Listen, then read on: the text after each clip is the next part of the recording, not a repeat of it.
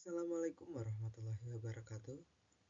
The Honorable for the Dr. Heri Septiakusuma SSEMT as the lecturer of Physical Chemistry Practicum, the Honorable for the Assistant Practicum Fikriya Alifatul Hikmah and Wildan Zanwar. Here, I would like to talk about the boiling point elevation. First of all, I would like to introduce myself first. My name is Ahmad Hidayat Nur Wahid from Department of Chemical Engineering, Faculty of Industry Technology, University of Pembangunan Nasional Veteran Yogyakarta. So, there are three contents that I would like to talk about. The first is identification of the boiling point elevation. The second is about the material and the methods that used in this practicum or experiment. And the third is the result and the discussion of the practicum. Okay, first I would like to talk about the introduction of this practicum. So I would like to tell about the definition of the boiling point elevation first. What is the boiling point elevation? Boiling point elevation, or sometimes using symbol TB, is the temperature formed when the vapor pressure of a liquid is equal to the external pressure experienced by the liquid. Or simply, the boiling point can also be referred to as the condition when a solvent or solution is in a boiling condition, which way to get a vapor pressure that is the same as the external pressure to provide energy calories to the substance. So if you pay close attention, guys, eggs will cook more quickly when boiled in a coastal area than in a mountainous area. This happened because the air pressure in the mountain is less than the air pressure on the coast. The higher location of an area, the lower the air pressure in that area. That means that the boiling point and the vice versa. The higher boiling point on the beach is the what influences the speed of the boiling eggs. When a solvent such as pure water is mixed with a dissolved substance such as sugar, salt, or another dissolved substance, which then become a solution, then boiling point of the solution will be different from the boiling point when only solvent is present, like pure water. The temperature at which the solvent reaches the boiling point is called the boiling point of the solvent, while that of the solution is called the boiling point of the solution. The boiling point of the solution can be higher or lower than the boiling point of the solvent. That depends on the ability of the solute mixed with the solvent to reach the boiling point. The difference between the boiling point and this point solution and the boiling point of the solvent is called the boiling point elevation.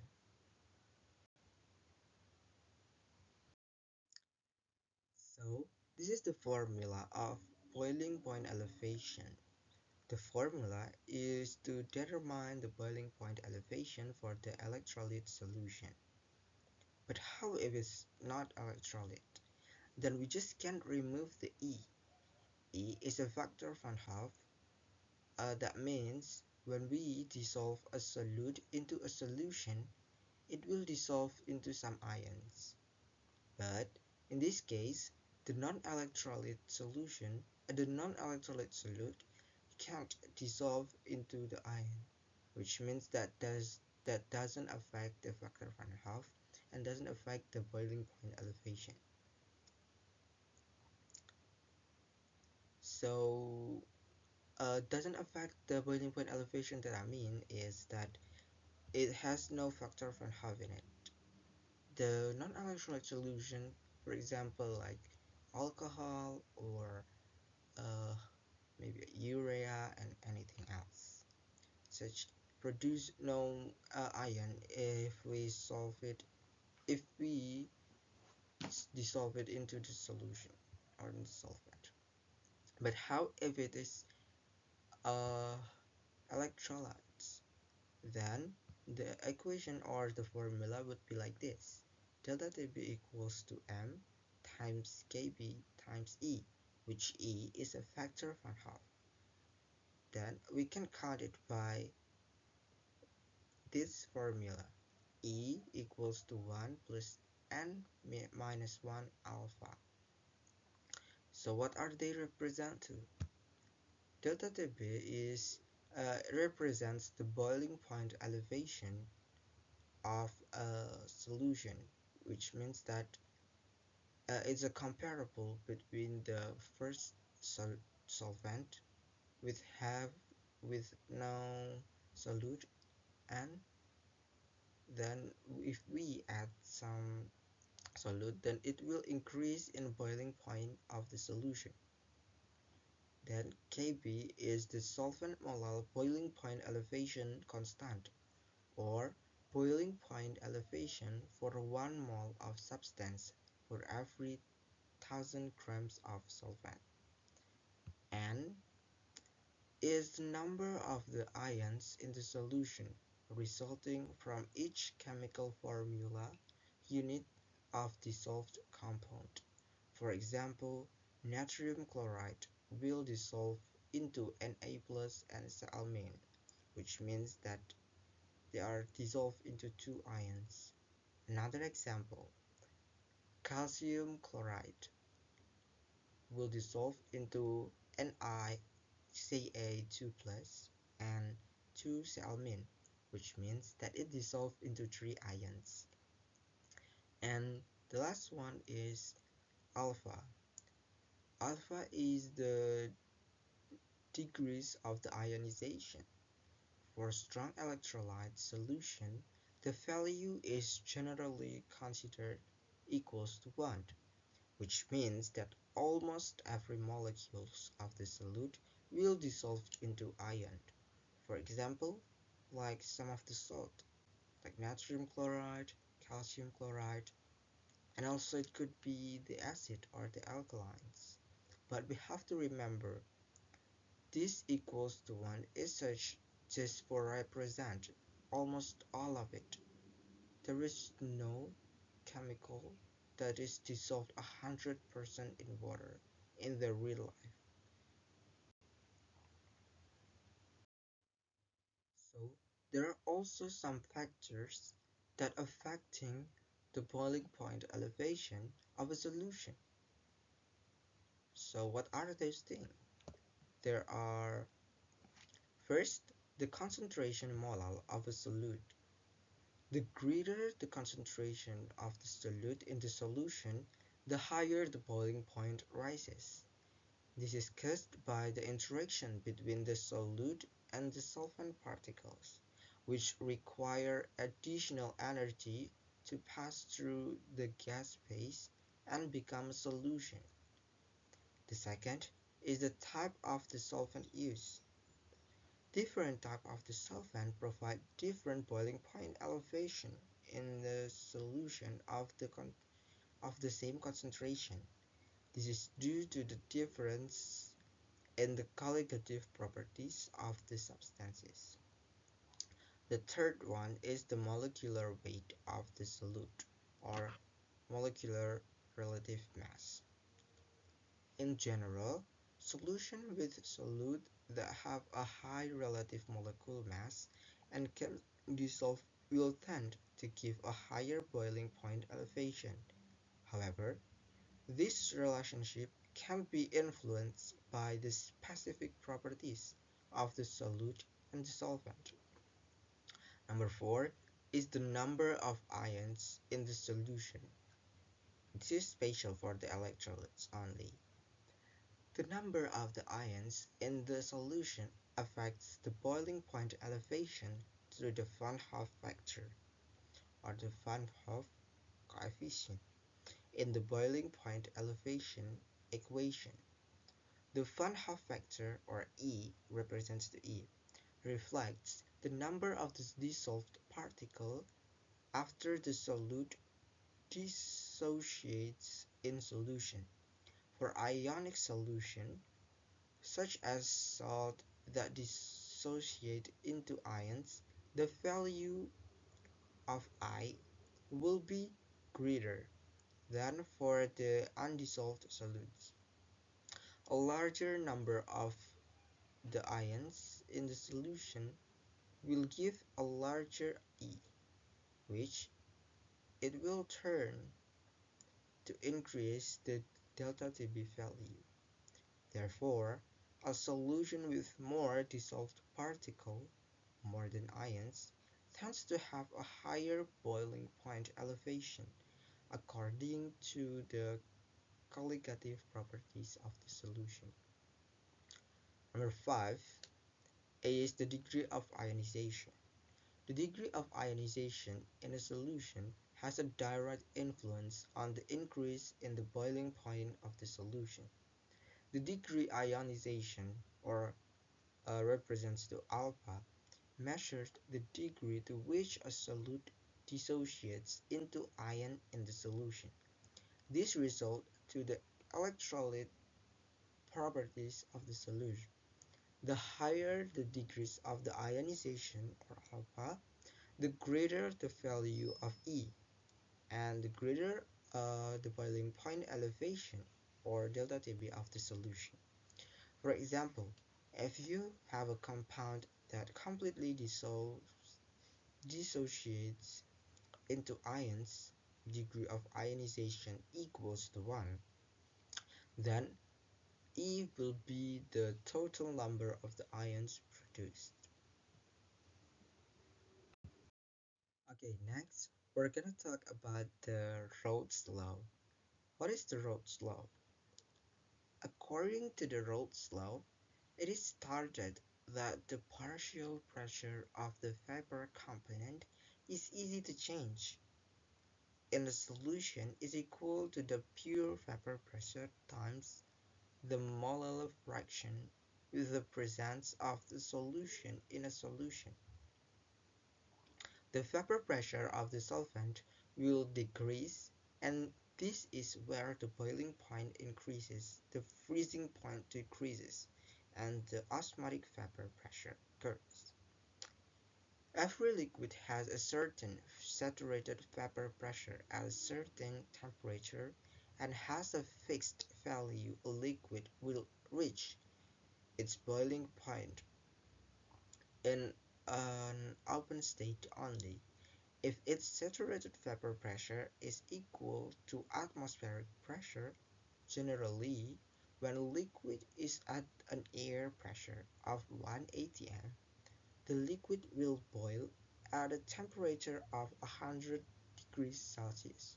However, the substance is mixed when the dissolved substance, the saturated vapor pressure of the substance will decrease. The decrease in saturated vapor pressure that occurs when the solvent is mixed with a solute has become a solution, which is lower when compared to the saturated vapor pressure of the solvent alone, is what causes the boiling point of the solution to be higher than the boiling point of the solvent.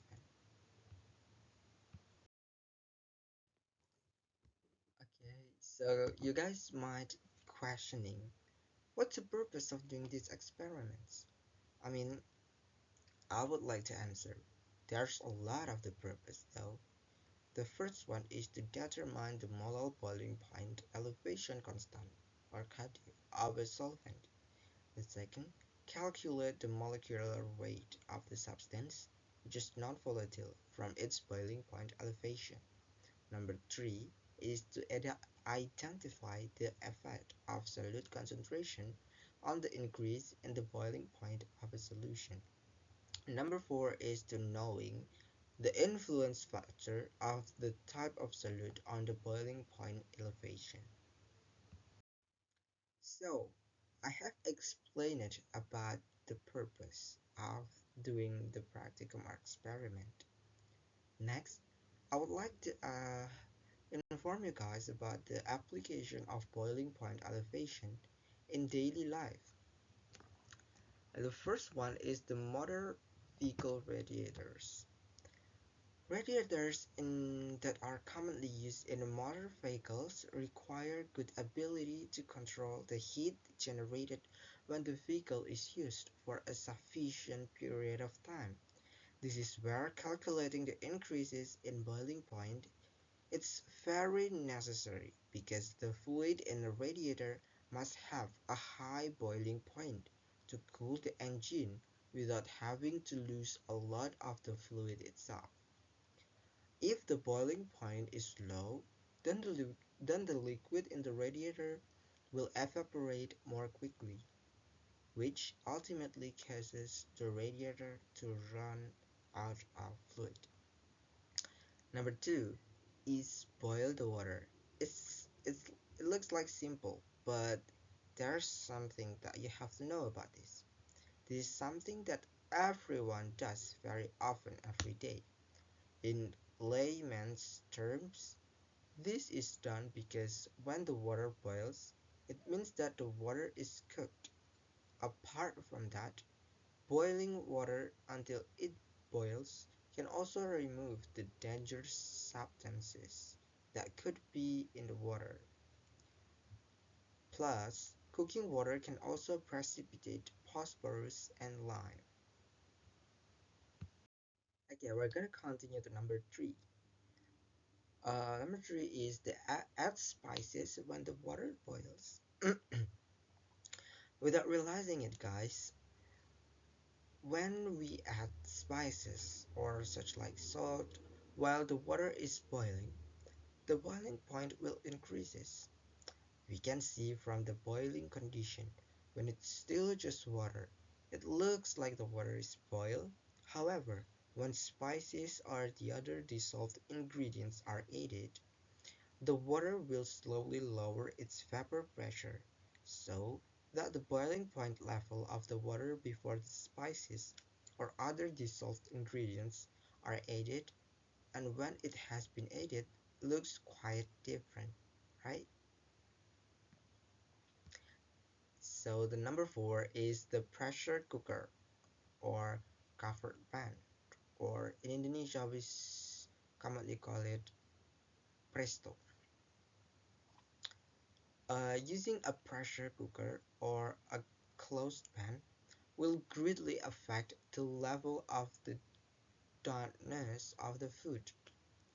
When the pot is closed, the water pressure in the pot can increase, and the boiling temperature can be more than 100 degrees Celsius. And this can make food that is put in a pressure cooker, it will softer and the bones will were initially hard will become soft. Then we have then we have application number 5, that is distillation. The distillation is a method that used to separate chemical materials based on the ability to evaporate or volatility of the substances. Example of the application of distillation can be seen in the process of distilling eucalyptus oil from the leaves, or can be also seen in refining petroleum.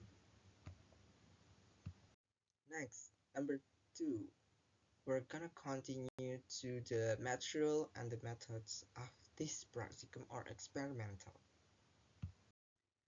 Okay, so there are three main materials that we'll use in this practicum or experimental. Number first is of course Aquadest, which is used for the solvent, and then the urea, which is used for the solute. Urea and the diethylene glycol is used for the solute. and we will uh, try to looking for the diethylene glycol mass relative molecule. And the tools, what are those things? We are gonna use 12 tools.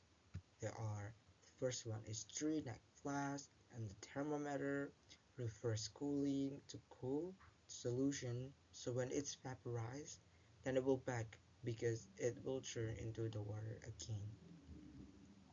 And then the electric stuff, of course, the analytical balance, Goiter pipette, measuring glass, Becker glass, glass stirrer, watch glass, pycnometer to measure the density, and then the bulk pipette.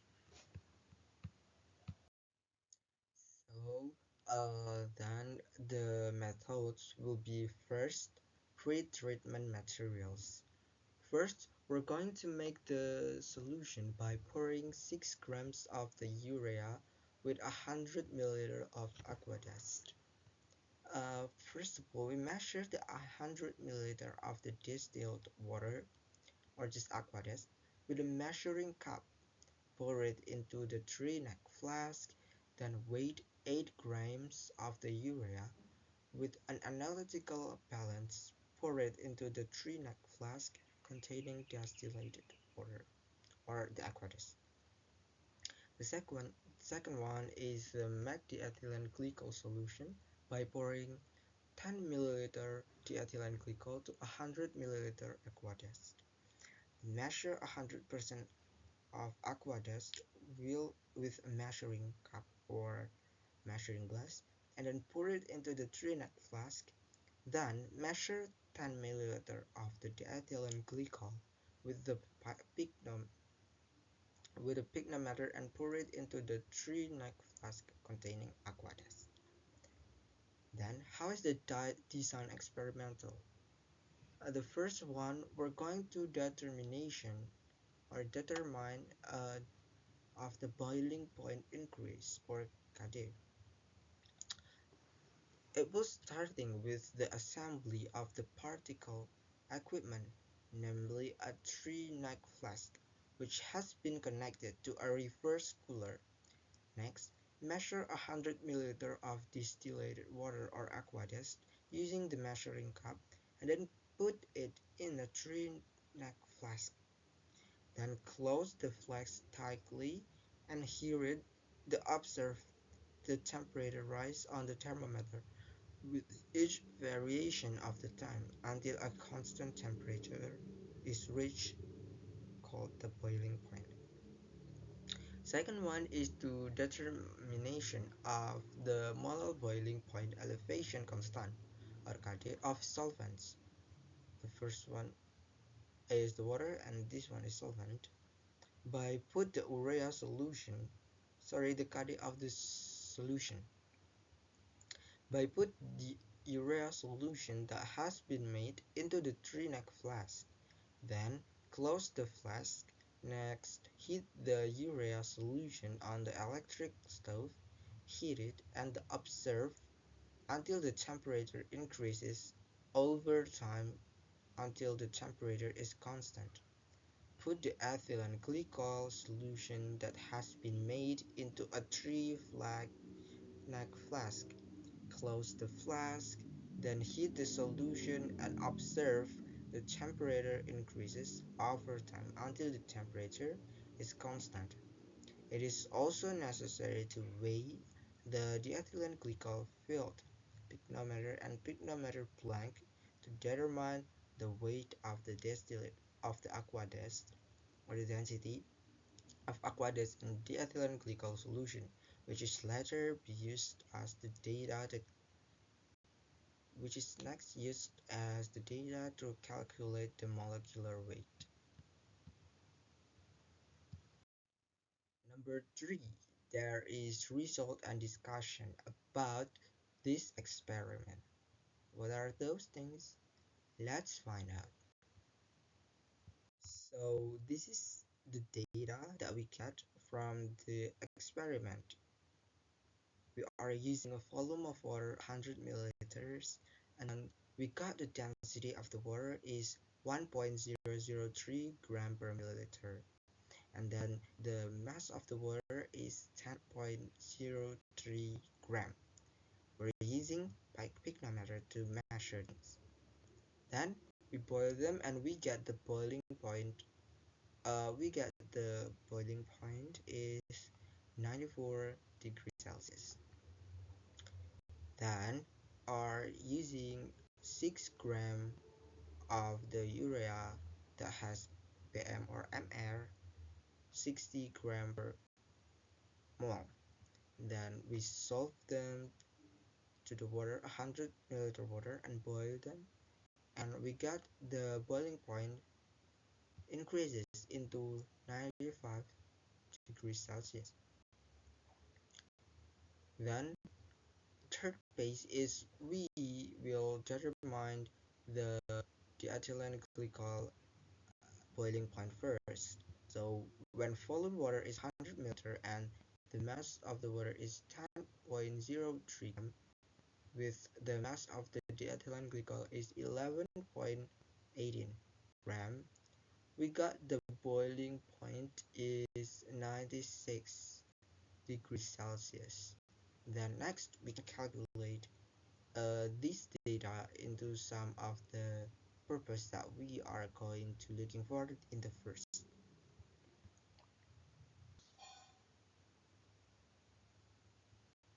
Is we're going to determine the boiling point constant order. At this data, which is volume water is 100 milliliter and the mass of water is 1.003 gram per milliliter. The TO or the T0 boiling point water is 94 degrees Celsius. From the experimental data, it is known that the boiling point of the air is of the water 94 degrees Celsius, just below 100 degrees Celsius. You guys must be wondering, why is it lower than 100 degrees Celsius? Theoretically, it has to be 100 degrees Celsius when it is in the 180. This is caused assumed by the influence of the air pressure. When the higher the pressure, the lower the boiling point. On the environment causes the pressure in the system to be low due to the system being three-necked flask in the so the pressure system is assumed to be below 1 atm. Then we can calculate the mass the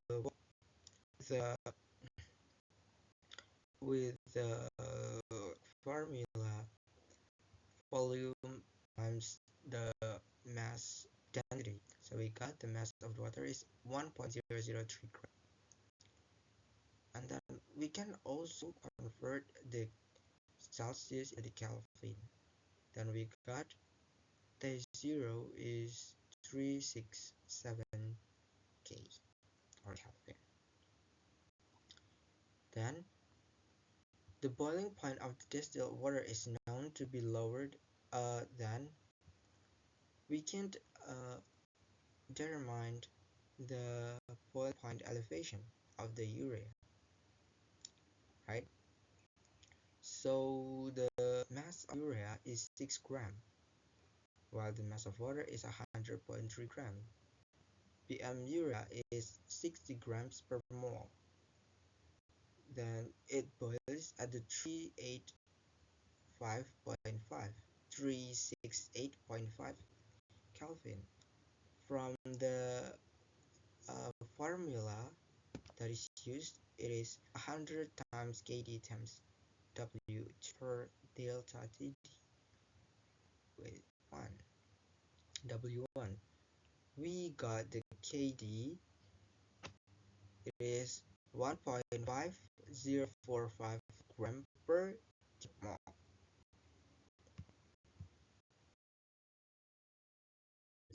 We will have a determination of the molecular relative mass or MR of diethylene glycol. Next, determine the molecule weight (ppm) of non-volatile substances, namely substances that do not evaporate. Here, using diethylene glycol, or the chemistry formula is C4H10O3. This is done by heating the diethylene glycol and observing the temperature increases until it's a constant and is considered the boiling point. From the experimental result, it is known that the boiling point of diethylene glycol is higher than the boiling point of the urea. This is due to the influence of the concentration of the solute on the boiling point of the solution. The urea, the mass of the dissolved diethylene glycol is greater than the mass of the urea. So the more concentrated the solution, the greater the concentration.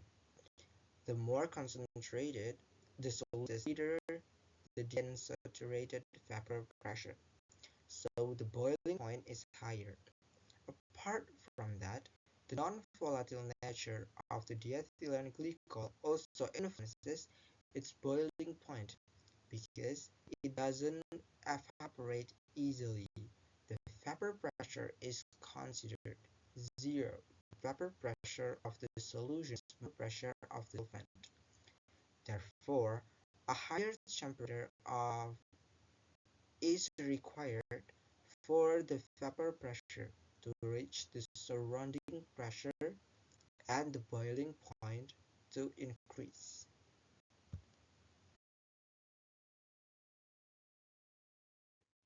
ppm of the diethylene glycol. The molecular weight of the diethylene glycol obtained from experiment has a bit difference, maybe a little bit lot difference with the theoretical molecular weight.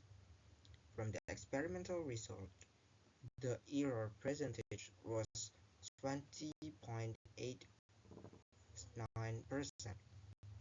This is due to the inaccuracy of the out conditioning in the experiment.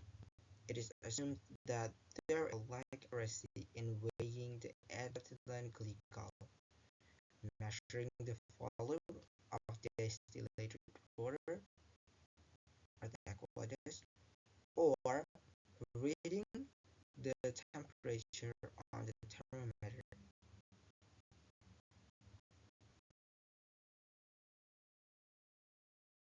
One is the conclusion. From the experiments that have been carried out, the following data obtained.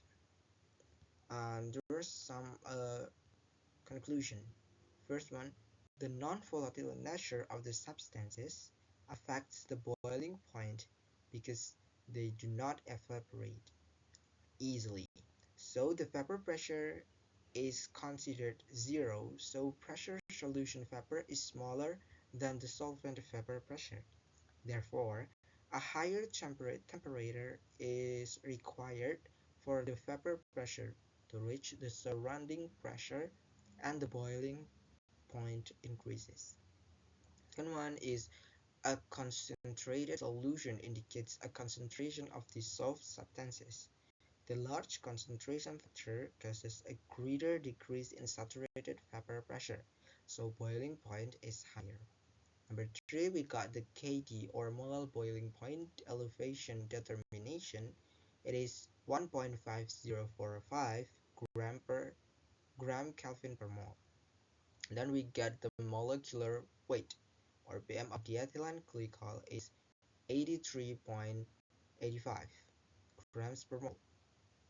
That causes the error percentage is 20.89%.